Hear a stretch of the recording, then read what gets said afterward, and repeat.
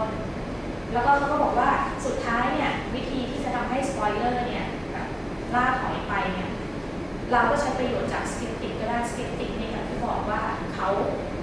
ทำจริงๆแล้วเขาเห็นด้วยในหลักการแต่ว่าแค่บางประเด็นที่เขาอาจจะไม่นั่นใช่ไหมเพราะฉะนั้นก็ทำให้สกิปติกเนี่ยกับคนที่มีความคิดเห็นทางการเมืองบางๆที่หมายถึงว่าอยู่ในทีมเนี่ยถ้าเขาสามารถตกลงกันได้กลุ่มนี้ก็เป็นพวกเดียวกันพอเป็นพวกเดียวกันปุ๊บเนี่ยเขาก็ทำแบบเหมือนแบบทำงานสู้กับสปอยเลอร์อะไรเงี้ยค่ะสปอยเลอร์ก็อาจจะถูกลดความสำคัญลงไปด้วยคือร่วมมือกันกับคนที่เป็นความคิดตรงกลางที่เขาพูดกับใช้คำว่า moderate ซึ่งคิดว่าคนที่ทำงานใน IPT เนี่ยจะได้ยินคำนี้เหมือนกันเนาะที่บางทีคนทำความคิดแบบไม่รุนแรงก็มีความสำคัญในตรงนี้ไม่ใช่สนใจแต่พวกสุดโต่งแล้วก็คำถามสุดท้าย your last question. Yes, for each conflicting party, who will be the biggest spoilers in your opinion? คือใครใช่ไหมใคร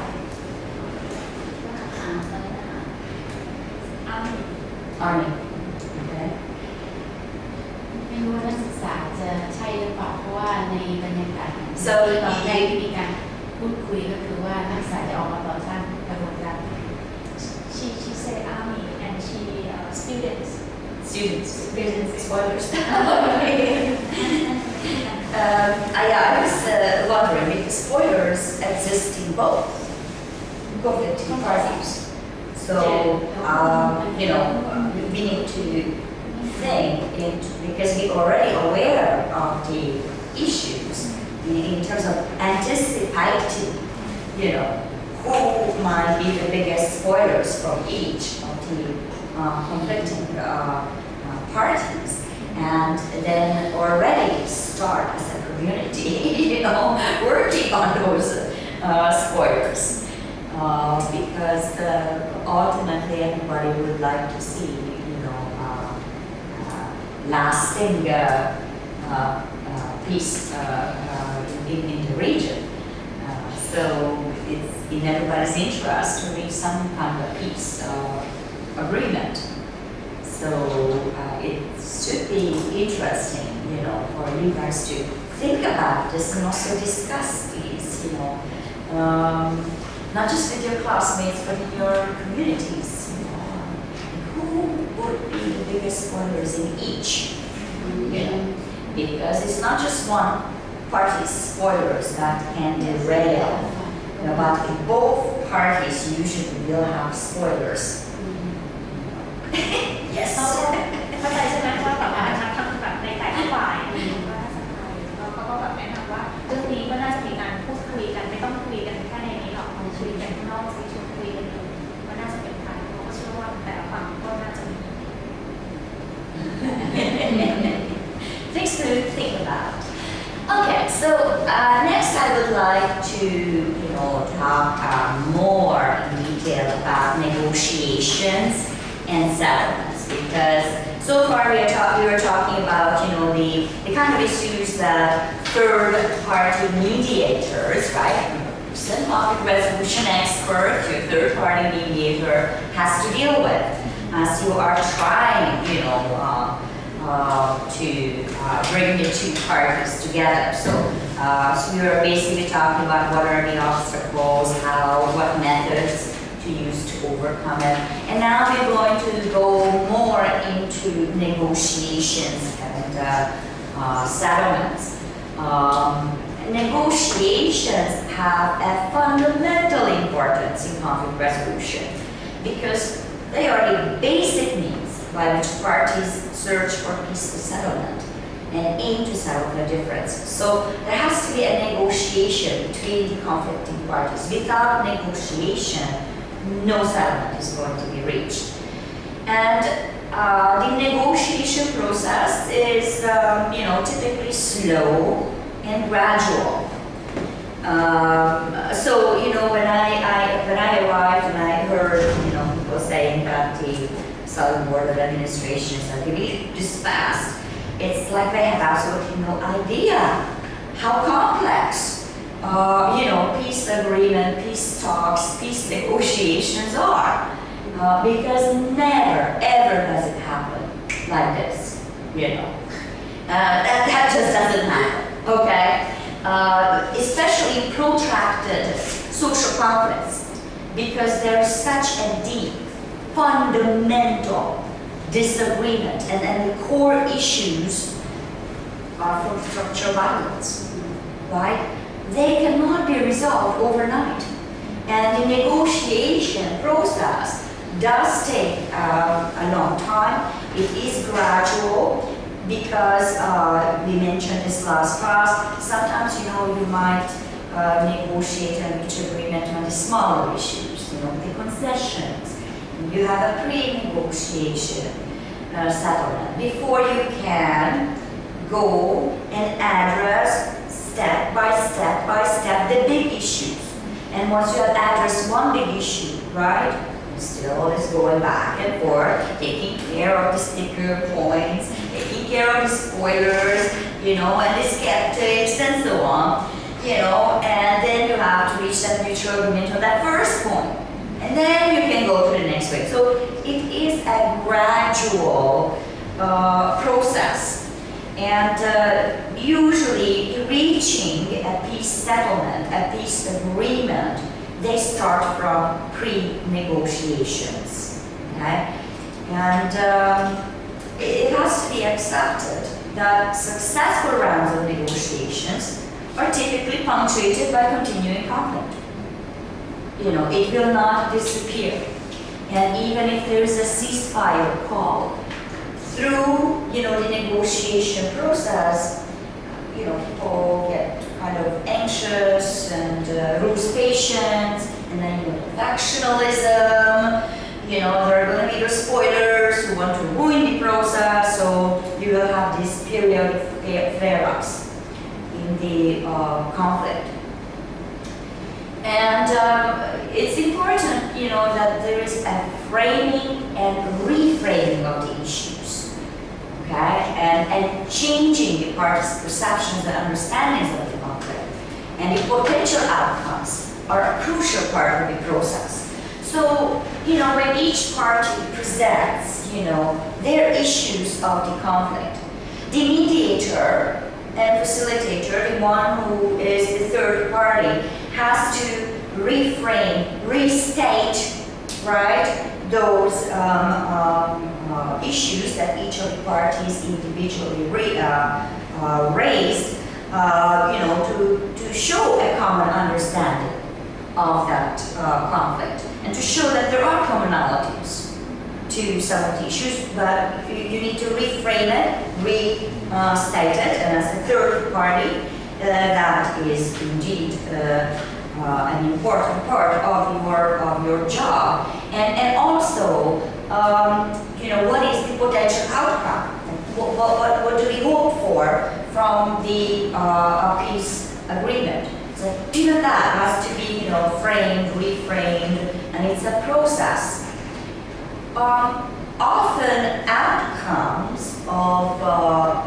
negotiations. So what will be the result of this negotiation between the conflicting parties? There have been two approaches used: the integrative positive sum approach and the positional bargain approach. Now, in reality, okay, negotiators use both. Okay, so integrative approach, it tries to find ways, if not possible to reconcile all conflicting positions, at least to meet an underlying mutual interest of both parties, their values, both parties' needs, and of course to this the dignity. And if you recall from an earlier lecture, one of the important discoveries of the cosmopolitan conflict resolution approach was that when you are framing and reframing the issues, always do it in terms of needs, right? Because if you do it in terms of needs, the needs of both parties, it is more likely that you will find some kind of an agreement, even if it is not, that complete reconciliation of every single point, okay? But if you can meet the interests, values, and needs of each party. Now, to give you some examples of the integrative approach, okay? Because really, we are talking here about methods, right? That the third party has to use, or third parties have to use in negotiations. These examples of the integrative approach include setting issues into a wider context. Okay? So, I'm going to use your example. Okay? So, there is one camp that says we want autonomy. Right? And the other camp says, no, that breaks up the country, that's against Constitution. Without, okay, but what does autonomy mean for each? Very different things, right? Very different discourse. So you can reframe it. How? You have decentralization laws. We are talking about the devolution of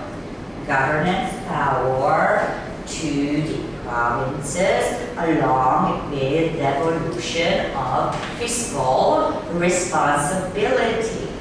right? So you would reframe it in terms of already existing laws, right, to keep it going, okay? So two opposing discourses on it, two opposing interpretations and understandings of it. But that understanding comes from different worldviews, right? So how do you restate, reframe? Another method would be by redefining a party's interests in a way that they can be made compatible. Okay? So again, if I talk about the local issue, right? Take separatism off the table. Do not talk about autonomy, okay? Instead talk about self-determination and human rights, the dialogue of self-determination, and then steer the negotiation in discussing, each party's different conceptions of self-determination, and then bring it back to some issues of universal self-determination, because there are many different types of self-determination.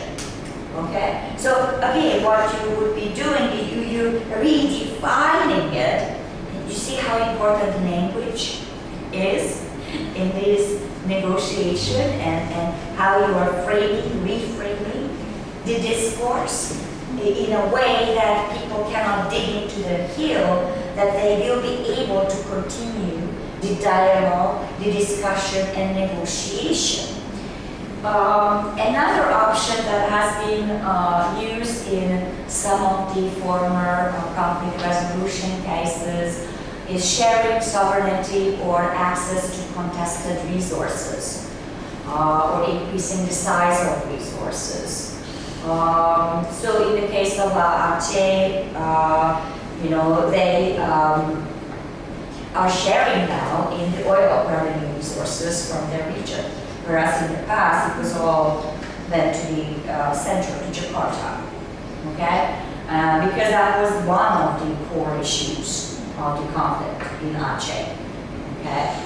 So it is also increasing the size of revenue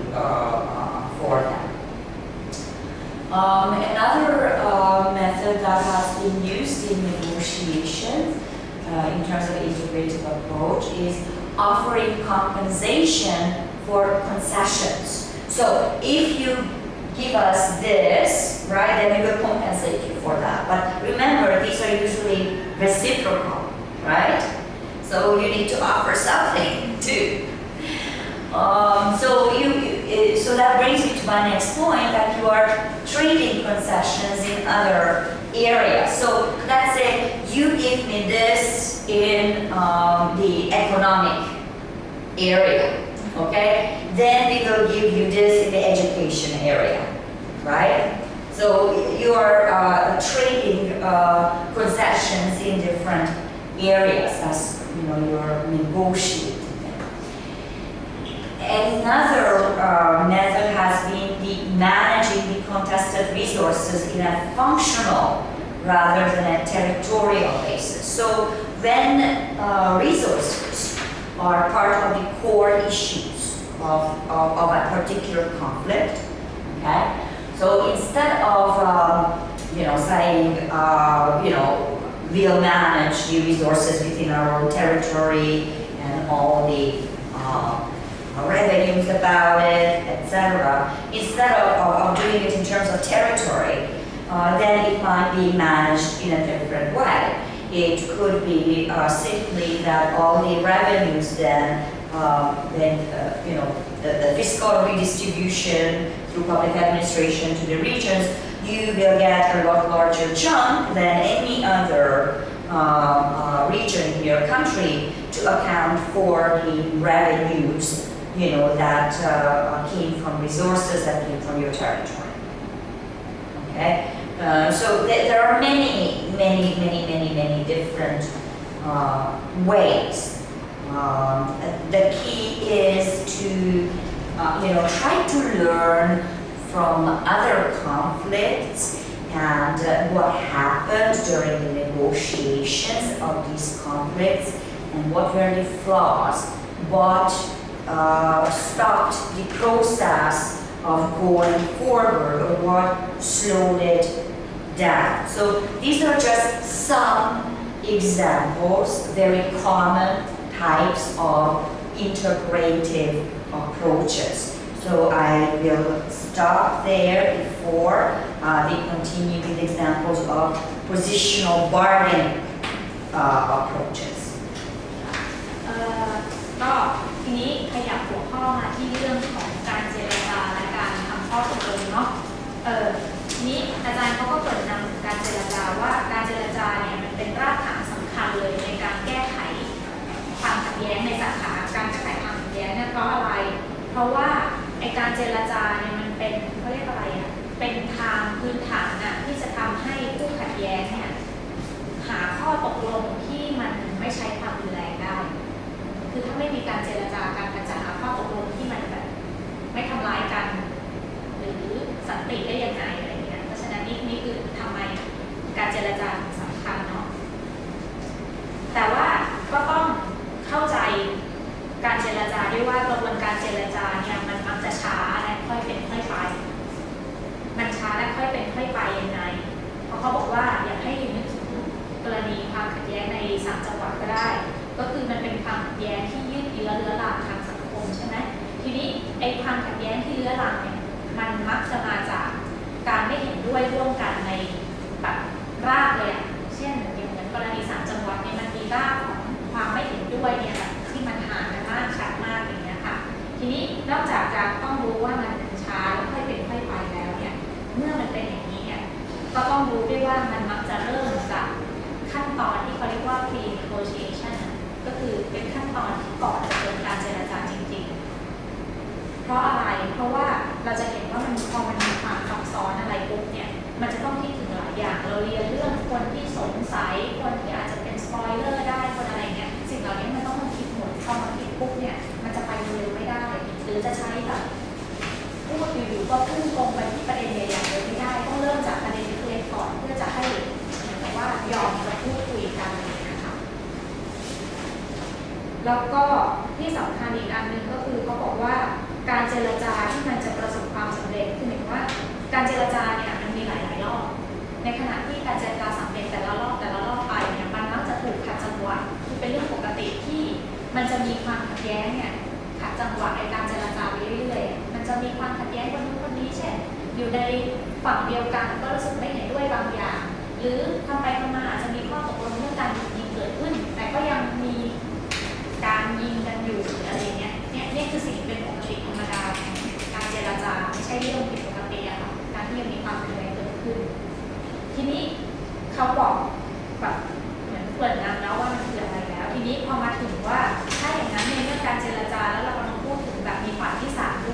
เราในฐานะคนกลางเนี่ยทำอะไรได้บ้างในการเจรจานั้นเขาบอกว่าการวางกรอบหรือว่าการรีเฟรมภาษาไทยว่าอะไรเดียววางกรอบหมายคือหมายถึงว่าพูดใหม่เดี๋ยวเราลองฟังดูเนาะก็คือบอกว่าเขาเหมือนกับว่าหน้าที่ของคนกลางในการเจรจาเนี่ยก็คือการพยายามเปลี่ยนหรือปรับทัศนคติของคนน่ะของทั้งสองฝ่ายเนี่ยให้มาถึงจุดที่คิดว่าร่วมจะเดินไปต่อได้เหมือนคุยกันได้เลยนะคะทีนี้ไอ้การที่จะปรับทัศนคติความเข้าใจของผู้ขัดแย้งเนี่ยมันเป็นขั้นตอนที่สำคัญมากเลยที่ต้องทำของการเจรจาเพราะอะไรเพราะว่าถ้ามันไม่มีการปรับตรงนี้ปุ๊บเนี่ยมันก็คือไปต่อไม่ได้มันก็โยงกลับไปต่ออีกว่าที่ทำไมเราไม่อยากจะให้เริ่มพูดด้วยประเด็นใหญ่ๆให้พูดประเด็นเล็กๆเพราะว่าการเราเรียนไปแล้วใช่ไหมรอบไหนที่อาจารย์เขาอ้างถึงเราบอกว่าการพยายามพูดถึงเรื่องที่มันเป็นความต้องการของผู้ขัดแย้งก่อนเนี่ยมันจะทำให้เราเนี่ยสามารถเดินกันถึงได้เพราะว่าถ้าคุณไม่แตะที่ความต้องการของแต่ละฝ่ายเลยเนี่ยความเข้าใจจุดร่วมกันมันก็จะห่างไปเรื่อยๆพอจุดร่วมกันห่างไปเรื่อยๆเนี่ยมันก็ไม่สามารถพูดคุยเรื่องอื่นต่อได้เขาก็เลยแนะนำว่าจริงๆแล้วเราต้องพยายามคุยเรื่องจุดสนใจเรื่องคุณค่าบางอย่างแล้วก็เรื่องความต้องการก่อนแล้วก็อาจารย์เขาก็มาถึงเขาบอกว่าในการเจรจาเนี่ยมันจะมีแนวทางในการเจรจาใน2แบบวิธีการที่ใช้เนี่ยก็คือแบบบูรณาการ interpretive แล้วก็แบบอีกการหนึ่งก็คือแบบเจรจาต่อรองจุดยืนที่มันเป็น positional bargaining นะคะเนาะอันนี้ตามทันเนาะทีนี้เมื่อกี้อาจารย์เขาก็จบลงด้วยการอธิบายที่แบบบูรณาการก่อนแบบบูรณาการเนี่ยมันเป็นยังไง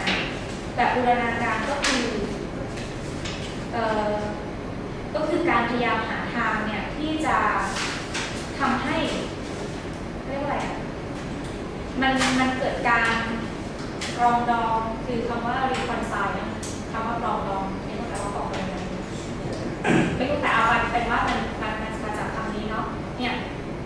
มันจะปรองดองกันได้อย่างที่บอกก็ต้องพูดถึงจุดเล็กๆก่อนแล้ววิธีทำเขาบอกว่าตัวอย่างเนี่ยมันมีอะไรบ้างตัวอย่างก็คือว่าการพยายามยกประเด็นปัญหาเนี่ยให้เห็นถึงบริบทกว้างขึ้นก็ยกตัวอย่างนะคะเช่นสมมติว่า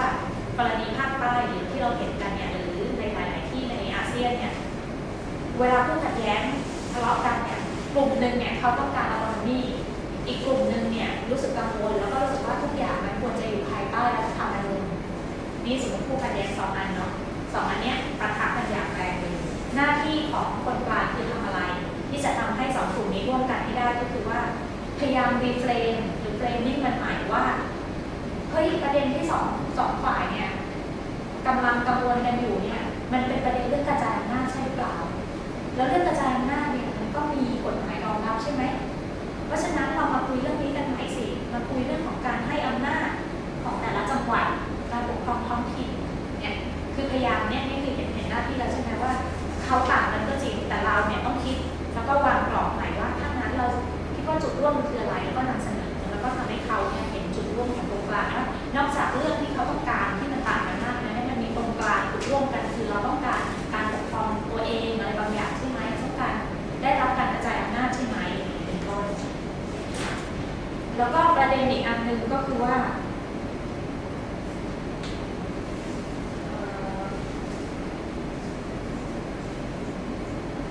เรื่องทรัพยากรตัวอย่างอีกอันหนึ่งคือเรื่องทรัพยากรเนี่ยเขาบอกว่า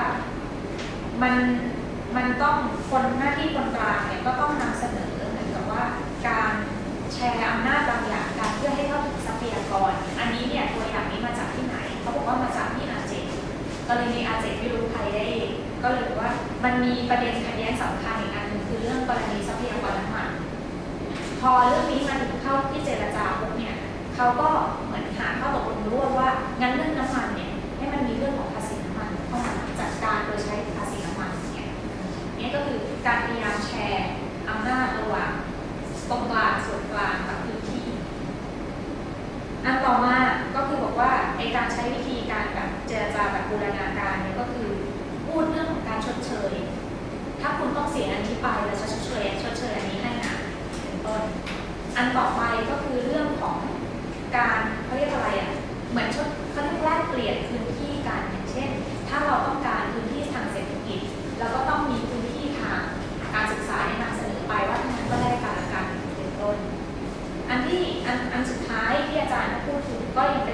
กรณีตัวอย่างของเรื่องทรัพยากรอยู่ดีเนาะอย่างเหมือนเวลาทรัพยากรเนี่ยเรามักจะเวลาขัดแย้งกันเราจะบอกว่าก็ทรัพยากรสิ่งนี้มันอยู่ในพื้นที่ตรงนี้นี่นาอะไรเงี้ยแต่ว่าข้อเสนอของวิธีนี้หรือของบูรณาการก็คือแทนที่เราจะไปพูดเรื่อง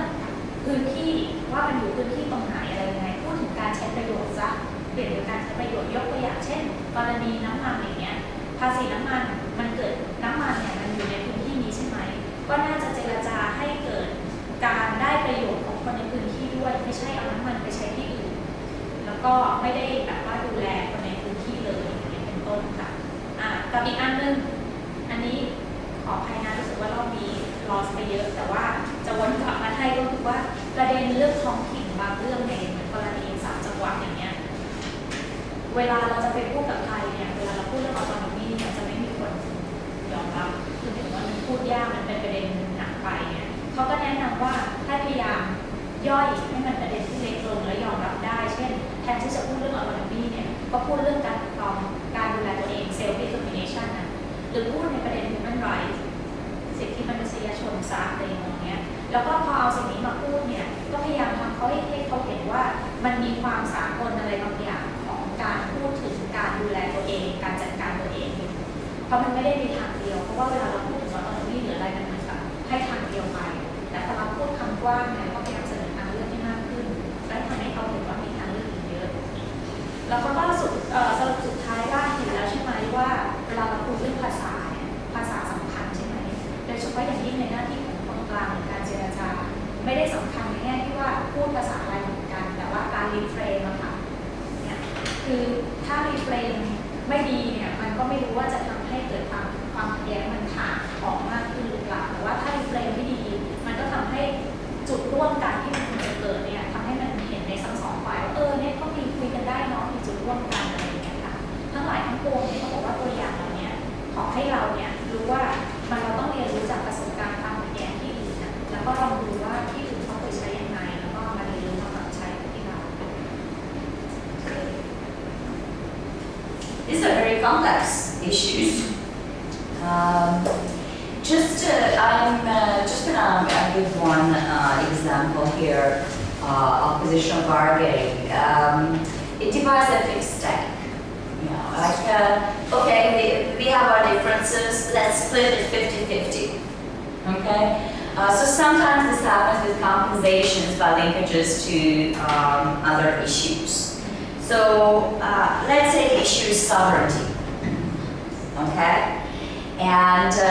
you come up with a compromise, okay? And you accept it, and if you accept it, then, you know, in this other field, we give you this, right? We talked earlier about this trading of concessions. So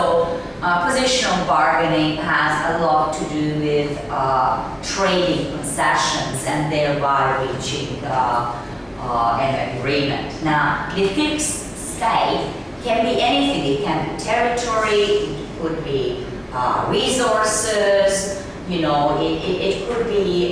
one particular core issue that the fighting is about, and so on. So we have this really bad saying, agree to disagree and split the difference. In practice, negotiations, as I tried to mention to you before, will combine both the integrative and positional bargaining approaches, because the aim is to find an outcome that neither of the conflicting parties will